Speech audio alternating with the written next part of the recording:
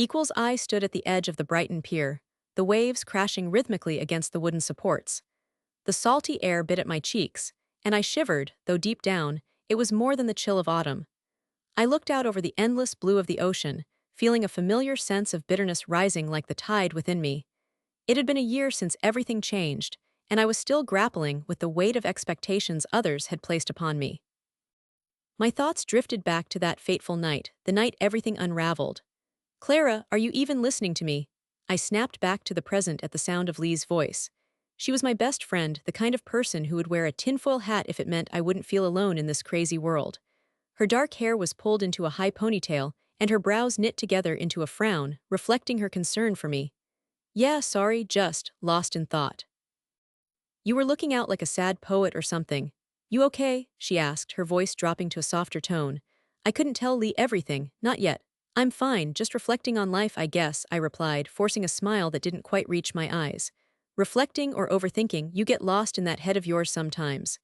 She stepped closer, the board beneath her feet creaking. What happened at work today? I rolled my eyes. Lee always knew how to cut straight to my struggle. Oh, just the usual. Donald is still writing me about deadlines. I swear he thinks I can pull a miracle out of thin air. I could feel the frustration bubbling up and I exhaled hard through my mouth. And then there's the report on the new marketing strategy. I'm drowning in it. Clara, you need to talk to him. Set those boundaries, girl, Lee urged, her eyes fierce. I wanted to agree. I wanted to be that assertive person everyone told me I could be. I'll handle it, I said, my voice shaky. But the truth was, handling it often meant letting it consume me. Lee crossed her arms and let out a sigh, the kind of sigh that told me she wasn't buying my bravado. I know when you're not telling me the whole truth. This isn't just about work. I swallowed hard. It's just a lot right now. My parents keep calling. They want me to come home for Thanksgiving. You haven't told them what's really going on, have you? About how you've been feeling? I shook my head. How would I even begin to explain my struggles to them, especially when my younger sister Hannah was the apple of their eye? You know they expect you to be the perfect daughter, Lee said, a note of irritation creeping into her voice. You don't have to carry that weight all by yourself. You can't even breathe with that on your shoulders. Her words struck a nerve. Maybe they care more about what I'm achieving than about who I am. It hurt to admit it, but it was true. When I graduated college with honors, they couldn't stop bragging about their dazzling daughter. And now, as I sat at the precipice of my career, the ghost of expectations loomed larger than the Australian sky.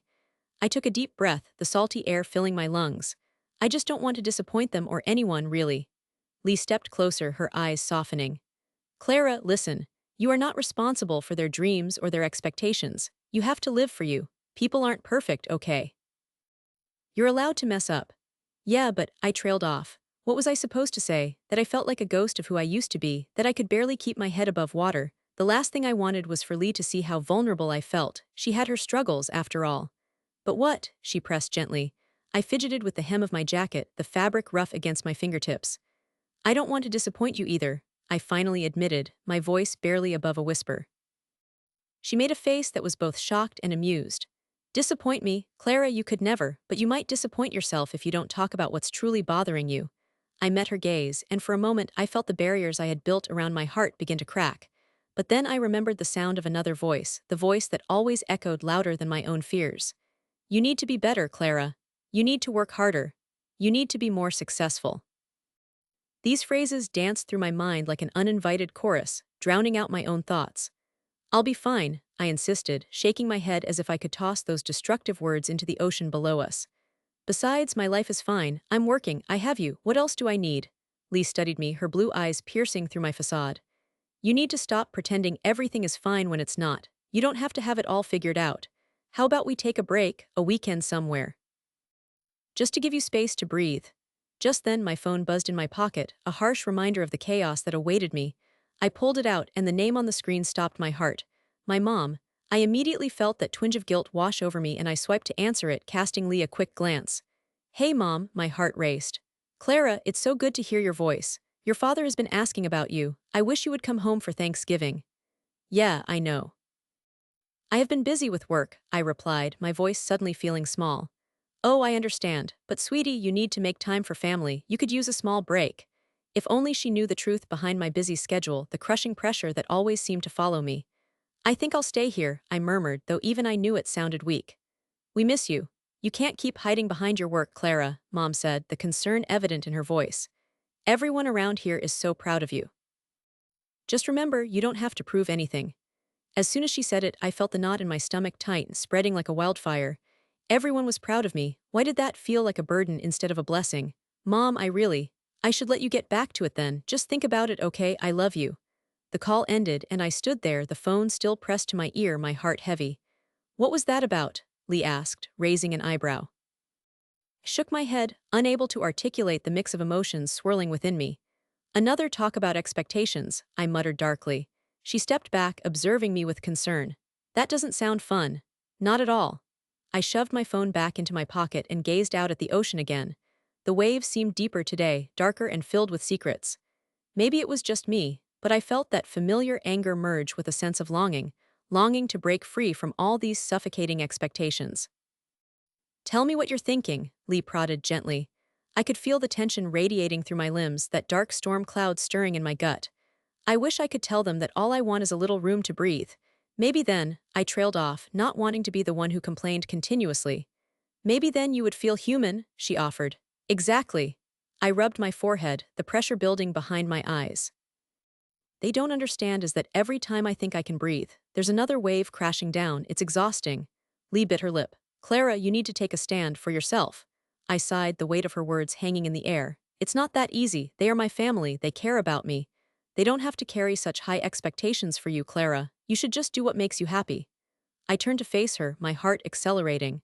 But what if I don't know what makes me happy? Lee's eyes softened, the corners of her mouth tugging downwards in sympathy. Then find it. Go out, explore, break free from those confines. The thought was both exhilarating and terrifying. And how do I do that? You take a leap, you chart your own path, just promise me that you will stop waiting for things to change. You really think I can? I asked, a hint of hope creeping in. You can if you want to. What do you love, Clara, besides work? What makes you forget about everything else? Silence enveloped us as I searched frantically for an answer, feeling the weight of her question pressing down on me. I used to love painting, I finally admitted, my voice a whisper. The realization crashed over me like a wave. But I haven't touched a brush in forever. Then do it, find your colors again. I nodded slowly, feeling a spark of determination igniting within me. You're right, I could buy some canvases and paint this weekend. The thought lit a fire in my bones, and I felt suddenly lighter. Yes, you need that, but promise me that you will be honest with your family too, Lee urged. I promise, I said, but a part of me felt anxious about that honesty. As we began to walk back along the pier, the sound of laughter filling the air, I realized that I could no longer hide from my feelings. Maybe the weight of expectations had kept me trapped for too long, but perhaps it was time to reshape them into something new. I glanced at Lee, her smile infectious. You know, maybe I'll even do some of that painting in the park, get inspired by nature. See, that's the spirit, who knows what might come from it, she exclaimed. Exactly, and who knows, maybe I will even show Mom a piece or two. My heart raced at the thought, a mixture of excitement and fear coursing through me. I took a deep breath, ready to shake off the weight that had held me down for too long. Let's go buy those canvases, I said, the thrill of possibility brightening my spirit. And as we walked away from the pier, the air full of laughter and the scent of the ocean, I felt a shift within me. I was Clara Donovan, not just someone defined by others' expectations. With Lee by my side, I was finally ready to embrace my own journey. But deep down, I knew that a deeper reckoning was still waiting for me. The tides were about to change, and I would either sink or swim. The sun was just peeking over the horizon, casting a golden hue across Brighton, Australia. The waves lapped gently against the shore, a rhythmic sound that usually brought me a sense of peace. But today, the gentle roar of the ocean felt more like a sinister whisper, reminding me of what I had lost. My name is Clara Donovan. I'm 25 years old and I have a mission. If anyone thought last night was the last they would see of me, they were sorely mistaken. As I stood at my window, the salty breeze ruffled my hair, and I took a deep breath, inhaling the scent of the ocean mixed with stale coffee from the cup on my desk. What had happened in that dimly lit bar on the corner last evening replayed in my mind like a broken record. You're really going to do this? Max had asked, incredulous, leaning back in his chair as shadows danced across his face. You heard what they said about you, Clara. His voice had been tinged with concern, a voice I had hoped would be supportive. I have to do something, Max. I can't just sit back and let them think they can walk all over me, not after everything. I remembered how the words had spilled from me, a waterfall of emotion fueled by anger and frustration.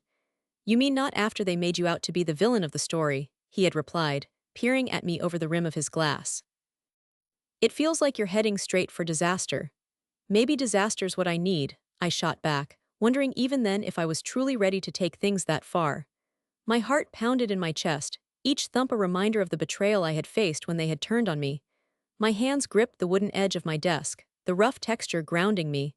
The clumsy sketches I had done lay scattered across the surface, remnants of dreams my so-called friends had laughed at.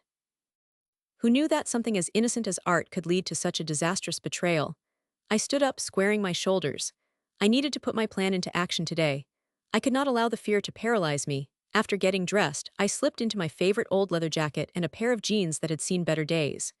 In the mirror, I saw a woman who was determined, albeit a little battered. I pulled my hair back into a messy bun, let out a slow breath, and stepped into the warm, golden sunlight. The air outside was brisk and alive, a stark contrast to the heaviness that inhabited my heart. As I made my way down to the beach, I could feel the sand yielding beneath my feet, each step grounding me further in my resolve. Approaching the surf, I had to focus. The cold water hit my ankles and sent a jolt of realization through me. I was really going to track them down. I spent days mapping out a strategy, planning methods to dredge up the dirt they thought had been buried.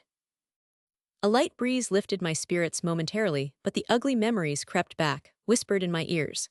"Clara, what's wrong? Why won't you ever let it go?" Lee's voice rang out clearly in my mind, the mocking tone cutting deeper than any physical wound.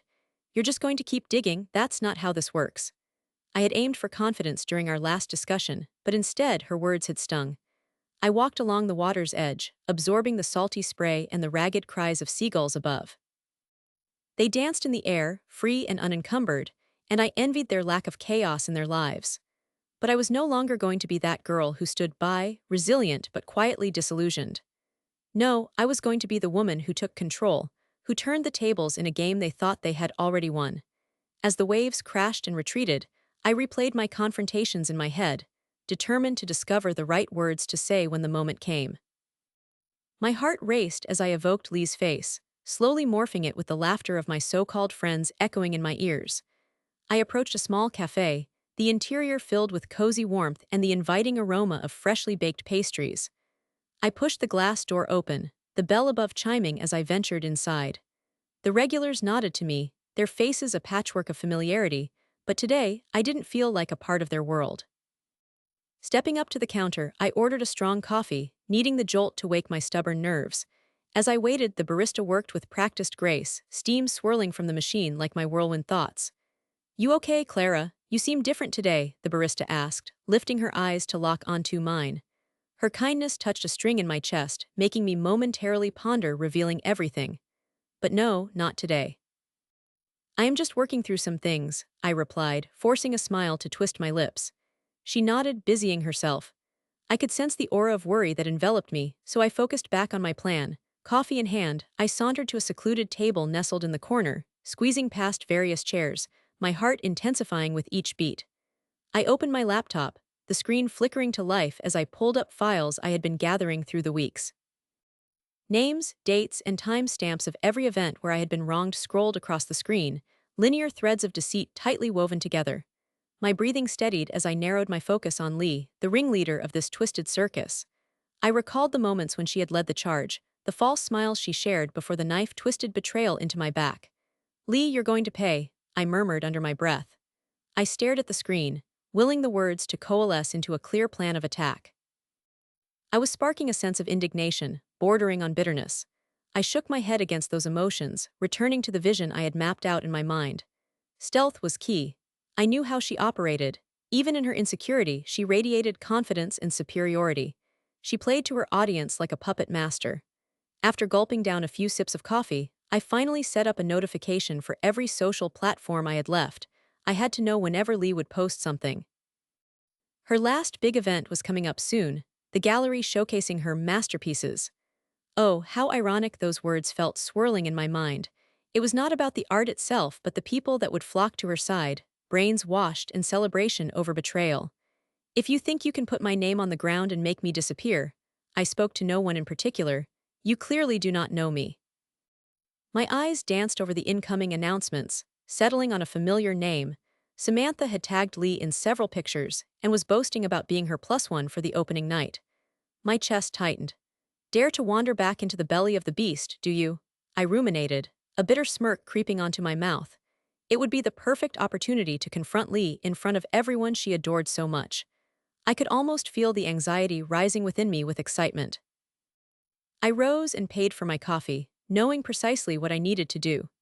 The cafe was a mere few minutes from home, so I strolled along the boardwalk, taking in every detail that danced around me, the sounds of children playing in the distance, the laughter trailing across the sand, and the vibrant colors of beach umbrellas dotting the landscape like jewels.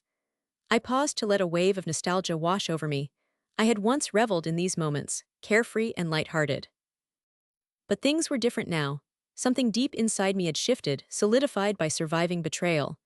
Arriving back at my apartment, I pushed the door open and flopped onto my couch, surrounded by sketches that had once made my heart flutter. My fingertips glided over the parchment, haunted by the echoes of laughter and camaraderie that betrayed me, replaced with disdain. I picked up my brush, dipping it into the vibrant hues of blue and purple, swirling them together wildly on the canvas. Every stroke felt like a manipulative fight against sorrow. If Lee and her crew believed they could take away my ability to create, they clearly had underestimated me. The sound of my phone ringing cut through my thoughts like a knife.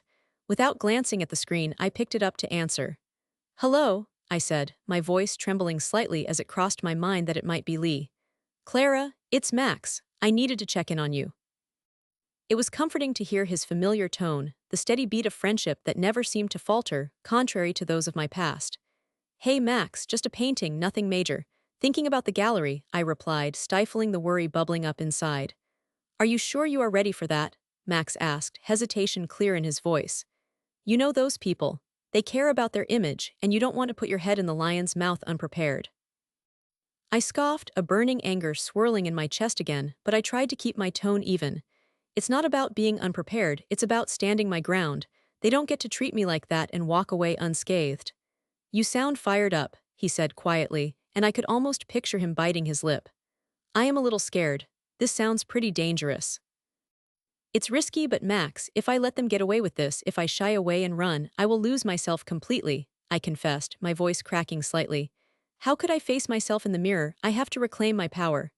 "Promise me you will stay safe, Clara. I care about you too much to see you hurt again." I smiled softly, touched by the concern rolling through his words. "I will, I promise, don't worry." After we hung up, I decided to meditate for a moment, inhaling slowly and grounding myself with every breath. I focused on my heart, urging it to abandon the rising panic and embrace the resolve that coursed through my veins. Each heartbeat echoed my vow for justice, each breath reminding me I had finally embarked on a path I could not stray from.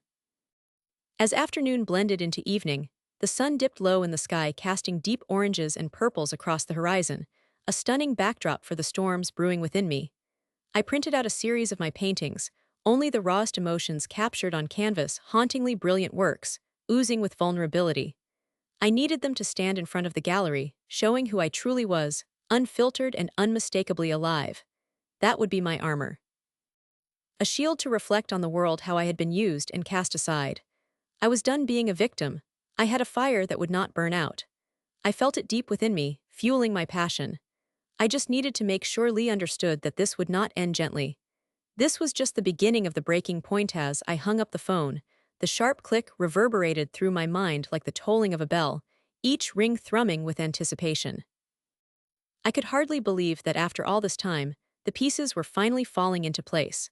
The wind blew through the open window of my tiny apartment in Brighton, the salty sea air mingling with the faint aroma of the lavender oil I always burned when I needed to think clearly. It was a fragrance of calm, but today, it felt out of place against the storm brewing inside me. "Clara, are you going to be okay?" my best friend Simone had asked, concern lacing her voice. She was the only one who truly knew the darkness I kept wrapped tightly around my heart. "You don't have to do this." But I did. I had to, for my own sanity. The memories were like shards of glass buried in my skin, painful reminders of what had been taken from me by a single moment of betrayal. A betrayal orchestrated by Lena. I could still hear the laughter echoing through my mind, the way she had looked back at me, eyes dancing with deceit as she stole everything I held dear. It was 6 months ago, yet it felt like I was reliving that moment every single day. I gritted my teeth, desperately pushing away the emotional tide that threatened to drown me. I stood up and walked to my small kitchen, the polished countertops cool against my fingertips as I braced myself. I opened the fridge and stared at the half-eaten takeout containers, remnants of my attempts at comfort food, each a reminder of countless nights spent replaying the betrayal in vivid detail. The pungent scent of old Chinese food drifted up, but I couldn't bear to look away from the contents. It was a reflection of my life, messy, disorganized, and devoid of any fresh beginnings. "Come on, Clara," I muttered under my breath, shaking my head in annoyance. I poured out the leftovers into the trash, closing the lid with a finality I hoped would signal the end of that part of my existence. I glanced at the clock on the wall, the hands ticking loudly, a cruel reminder that time was slipping away and I needed to seize this moment. With a deep breath, I grabbed the denim jacket I loved and slipped it on, feeling like I was wrapping armor around my vulnerable self. Today, I had a plan. It engulfed me in a whirlwind of adrenaline and made my heart race. I was ready to meet Lena again. This time, it would be different, and she wouldn't be able to charm her way out of her sin. I clutched my keys tightly, feeling their metal cutting into my palm as I dialed a familiar number. "Hey, Hudson," I said when he answered, trying to keep my voice steady despite the tremor of anxiety beneath. "Can we meet? I need your help." He paused before answering. "Of course, where do you want to meet?" "The cafe on the corner of Brighton Avenue," I suggested. The cafe was a favorite of mine, the kind of place where the sound of milk frothing and the scent of fresh pastries created a comforting atmosphere. "I'll be there in 30. "See you soon," Hudson replied, and I hung up, my mind spinning with thoughts of how this plan would unfold. The cafe was bustling when I arrived, the midday sun filtering through the large front windows and casting a warm glow across the rustic wooden tables. The chatter of patrons filled the air, punctuated by laughter and the clinking of cups, yet I felt like I was in a world of my own. I spotted Hudson sitting at a corner table, his usual easy smile hiding behind a serious expression when our eyes met. He motioned for me to join him, his brow furrowed slightly with concern. "Hey, Clara," he greeted me, his voice low and soothing.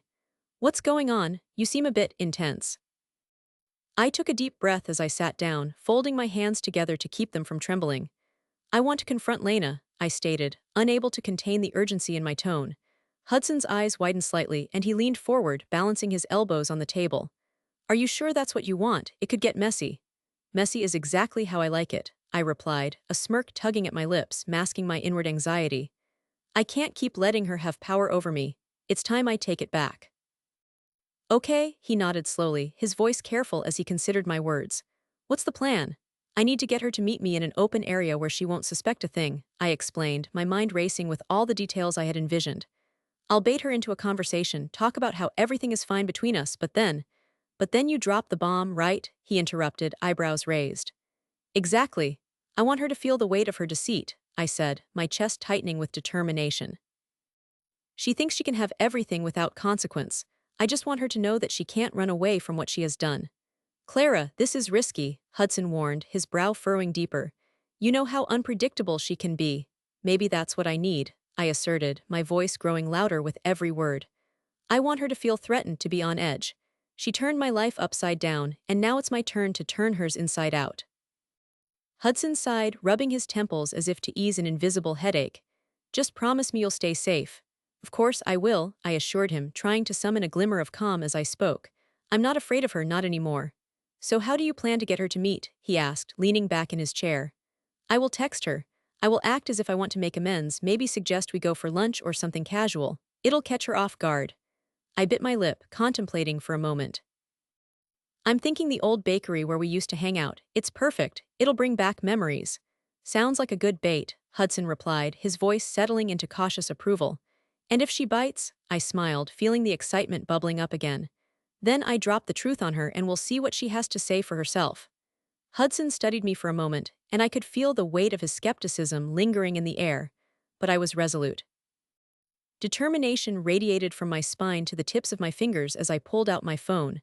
I opened Lena's contact and began to type. "Hey Lena, long time no talk, want to grab lunch at the bakery. Are you actually going to send that?" Hudson asked, his eyes wide. "Absolutely," I said, hovering my thumb over the send button. "She may not see it coming, and that is the point." "Okay, but just be careful." Careful is the last thing on my mind, I replied. Didn't matter. All that mattered was reclaiming my power and taking back everything Lena had stolen from me. I pressed send and felt a surge of adrenaline rush through my veins. We waited in silence, the soft din of the cafe surrounding us. I could feel the tension radiating off of Hudson, his concern for me palpable. Minutes felt like hours as I stared at my screen, willing it to light up with a response. Finally, it did, causing a jolt of energy to course through me. Lena's message popped up. Hey. Wow, it's been ages. Sure, I'd love to catch up. A grin spread across my face, and I could feel the thrill of the chase saturating the air around us. She said yes, I said, glancing up at Hudson, exhilaration lighting up my eyes. When? He asked, leaning closer, his curiosity piqued. Tomorrow, 1 p.m., I replied, barely resisting the urge to bounce on my seat. Wow, that was fast, Hudson observed, a mix of admiration and concern flickering on his face. Are you ready for this? I was born ready, I said firmly, my resolve hardening with every word. All right then. Hudson straightened in his seat, his brow still etched with worry.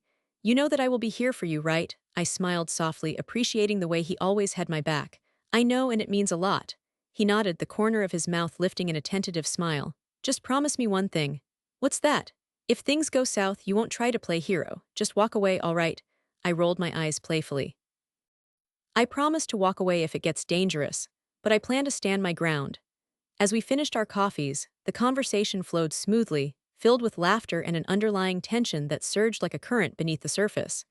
Deep inside, I felt the anticipation build. Tomorrow was a pivotal moment. It was my chance to confront the person who had shattered my peace and turned my life upside down. But even amidst my excitement, a flicker of doubt danced at the edges of my mind. What if Lena turned the tables on me? I shook my head, forcing the thoughts away. There was no turning back now. I felt the clock ticking in my chest, the countdown to my reckoning with Lena hovering close, and there was no possibility of failing this time. I would finally face the storm I had been running from, and I wouldn't back down.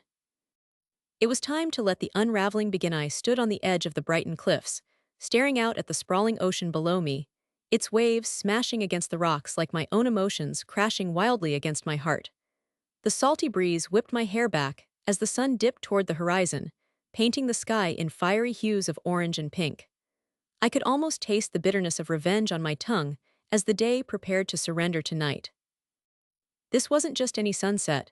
This was the moment I had been waiting for since my life was torn to shreds by those people I once called friends.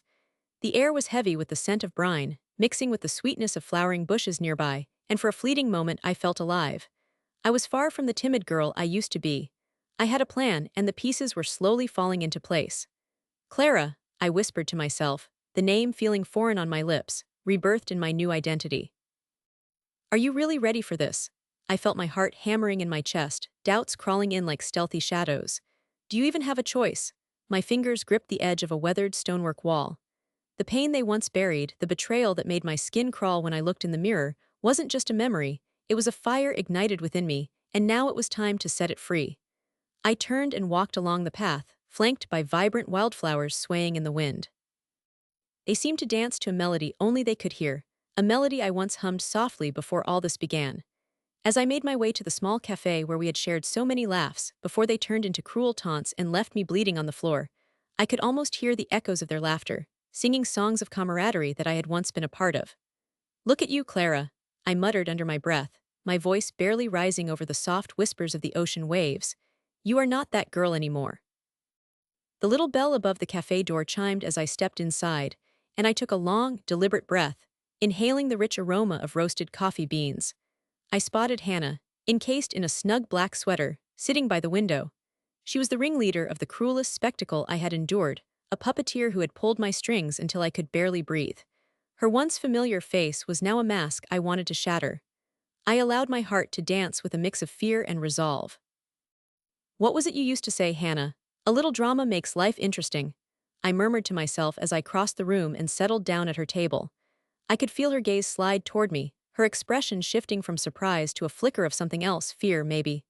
Clara, she exclaimed, her voice syrupy sweet but with an undercurrent of confusion. It was as if she could hardly comprehend why I dared to sit with her again after everything. Hello, Hannah, I said, my voice smooth as silk, betraying none of the anger and pain that bubbled just beneath the surface. Mind if I join you? I thought we could catch up. She hesitated, the slightest widening of her eyes signaling her wariness. Whatever joy she felt in seeing me again was mixed with that familiar sense of guard she had always employed when I challenged her. Sure, I mean, it's been a while since. Everything. Yes, everything, I echoed, lingering on the word as though it were a bitter pill I was forcing myself to swallow. My stomach churned, but I pushed through, ready to unveil the truth she was so desperately trying to avoid. I've changed, you know. It's amazing what you can do when you hit rock bottom. I leaned forward, locking my eyes onto hers, wanting her to see the fierceness in me. You would be surprised how low you can go before you start to rebuild. She took a sip of her coffee, her hands trembling slightly as she regained her composure. I watched, enjoying her obvious discomfort. Look, Clara, I didn't mean for things to get so messy. You know how it is with friends, right? Friends, I scoffed, a laugh escaping my lips that felt more like a cackle. You mean rivals, that's what you turned it into. You manipulated, lied, and laughed at me like I was a fool, Hannah. The fire in my chest ignited further, licking at my resolve. Admit it. Wanted to see me lose. Her cheeks flushed a deep red and I could feel the rush of triumph coursing through me. That's not true, she hissed, her eyes darting around, searching for those unsteady solid ground she had once stood upon without a care. Clara, just sit. I can't believe you actually think this can be resolved with a casual sit-down. I interrupted, my voice a mix of fury and bitterness. You know why I'm here, don't you? Or do I need to remind you? What do you want from me? Spat, the tension palpable between us, thick enough to be cut with a knife. I leaned closer, lowering my voice to a conspiratorial whisper. I want you to see me. What do you mean? I want you to see that I am stronger than ever and that your little game backfired spectacularly. I want you to realize that people like you don't get to walk away unscathed.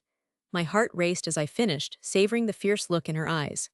Clara, you have to understand, it was a bad joke. Just a silly joke. She said desperately now, her composure slipping away as if it were sand through her fingers. A joke? Is that what you tell yourself to sleep at night? That it was just a joke? I leaned back, crossing my arms. You ought to know I've played my own jokes lately. Mine just happened to be a little more personal. Clara, please, I don't understand what you mean. Her voice wavered, cracking at the seams. My satisfaction surged. Hannah was not the predator here anymore, she was the prey, and I was ready to pounce. Let's not play the innocent card, shall we? My voice dropped again, almost conspiratorial. I've been making some friends of my own, you know, ones that don't find joy in watching me fall over and over again. Friends, she echoed, doubt creeping in. You mean that girl, the one you hung out with at the arts festival? What was her name? Lena, she isn't your actual friend. Not yet, I explained nonchalantly, enjoying the way her expression twisted with growing concern. But let me tell you, she has been a great ally, and she's rather good at collecting information. I watched as the color drained from Hannah's face, realization dawning on her.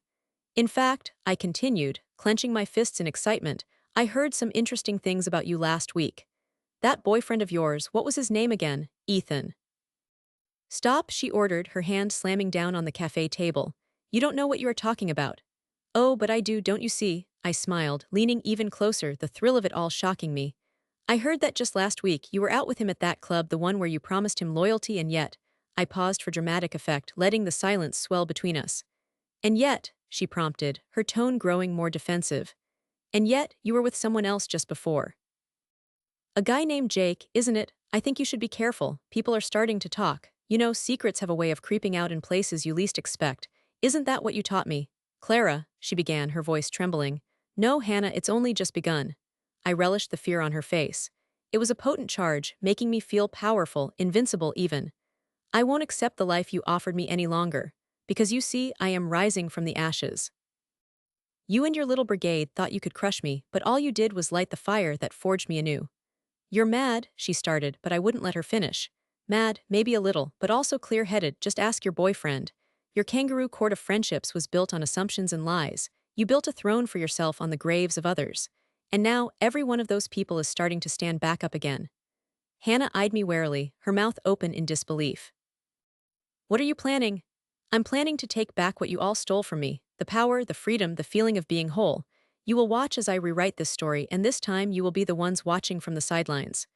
Clara, this isn't you. You've changed, but this isn't the way. There was fear in her eyes now, the adrenaline buzzed through the air like electricity, sparking something primal within me. Oh, but trust me, this is all me now, I snapped back. If you think you can turn back the clock, think again.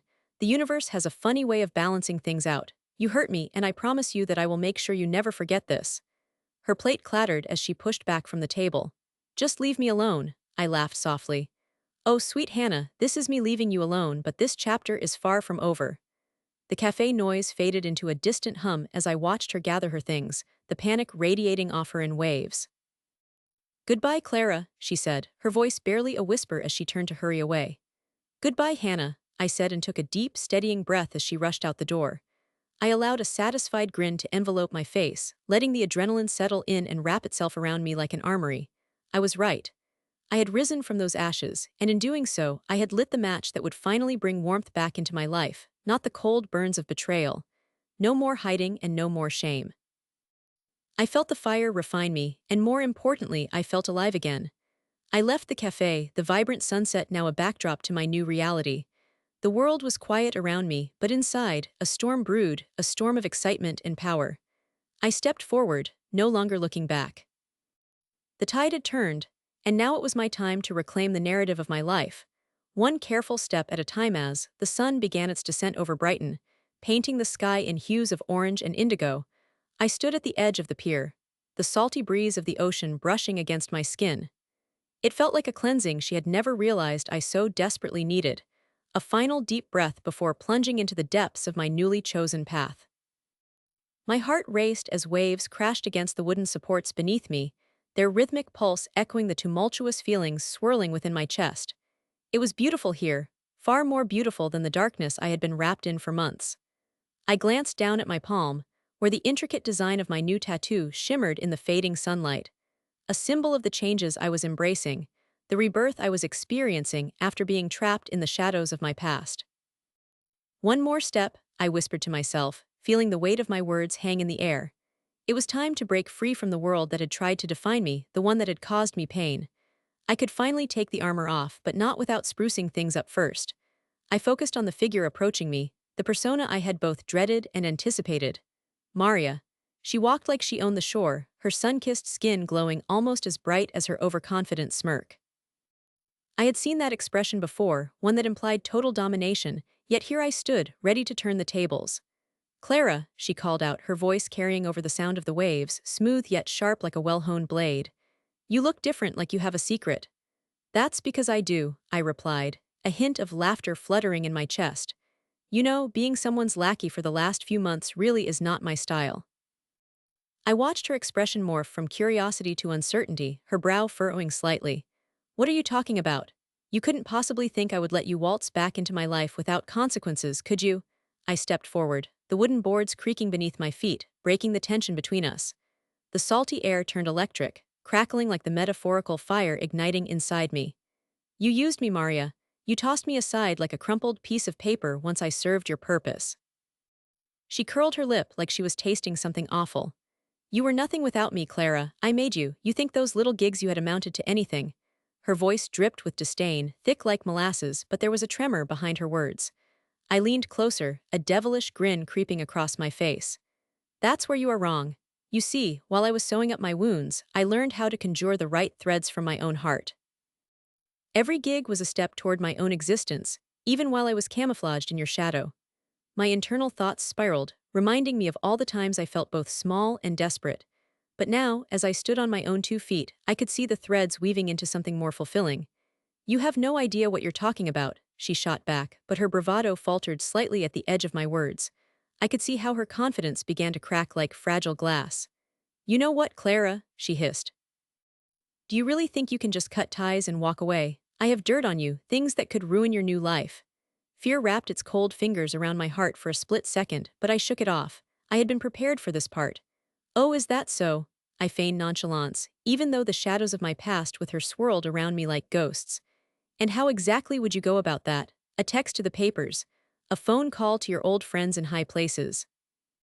I didn't allow her the satisfaction of seeing any crack in my armor.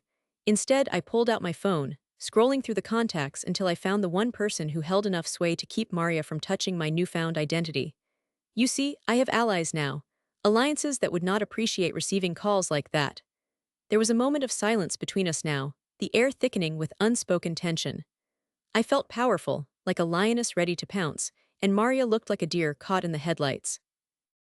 You think you're so clever, she finally stammered, her bravado fading like the light around us. but I will always be 10 steps ahead. I took a deep breath, feeling the ocean air fill my lungs and steady my nerves. Not this time. You see, I've learned the importance of controlling my narrative and I am not afraid anymore. I stepped back, looking over the churning waves beneath us, their undulating movement reflecting my newly found strength. I won't let you dictate who I am. You can try to bury me, but I will rise again, much like the tide. As if to punctuate my words, the air tasted salty and fierce, like a storm was brewing just beyond the horizon. Enough of this, Maria snapped, her voice low and filled with venom. I can make your life a living hell if you don't follow my rules. You think you can intimidate me, Maria? I shot back, my tone unwavering. Let me tell you a little secret. I won't bow down to anyone, especially not to someone who gets off on cruelty. This is not your show anymore. Her eyes narrowed, and for a second I thought she might lash out, but all I saw was fear flickering behind her bravado.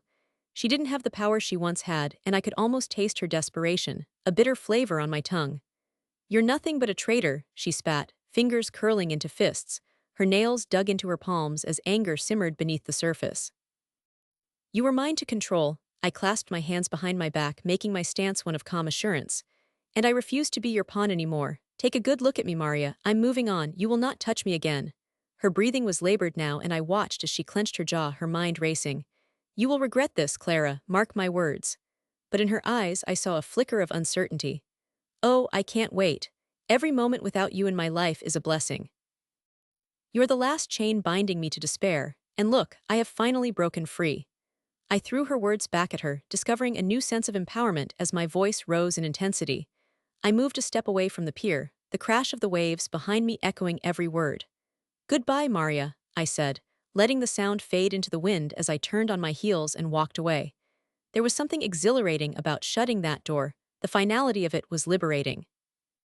I could almost sense my heart fluttering against my ribs, a newfound rhythm marching to a resilient tune.